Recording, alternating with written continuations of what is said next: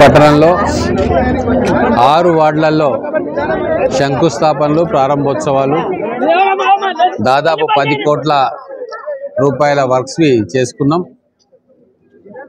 గతంలో లాగా కాకుండా అభివృద్ధి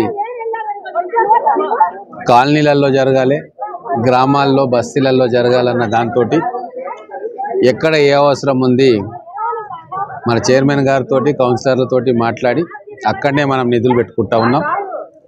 ఎక్కడ కమ్యూనిటీ హాల్ రిక్వైర్మెంట్స్ ఉన్నాయో అక్కడ కమ్యూనిటీ హాల్ కోసము సీసీ రోడ్లు, బీటీ రోడ్లు, డ్రైనేజ్ ఇవన్నీ కూడా ఒక్కొక్క రూపాయి కూడా అవసరం ఉన్న దానికి ఖర్చు పెట్టుకుంటా ఉన్నాం.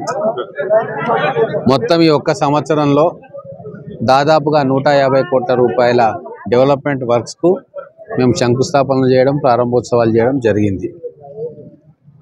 రాబోయే రోజుల్లో మున్సిపాలిటీని మనం కార్పొరేషన్ చేసుకున్నాం కాబట్టి 400 కోట్ల రూపాయలతోటి మొత్తం కూడా ఎక్కడెక్కడ ఏమేమి అవసరాలు ఉన్నాయి ఎస్టిమేట్ చెప్పించుకున్నాం ఇంజనీర్స్ తోటి. వీటిని గౌరవ ముఖ్యమంత్రి గారి దృష్టికి తీసుకుపోయి మొదటి విడతగా ఒక 250 కోట్లు ఇవ్వమని చెప్పి అడుగుతా ఉన్నాము.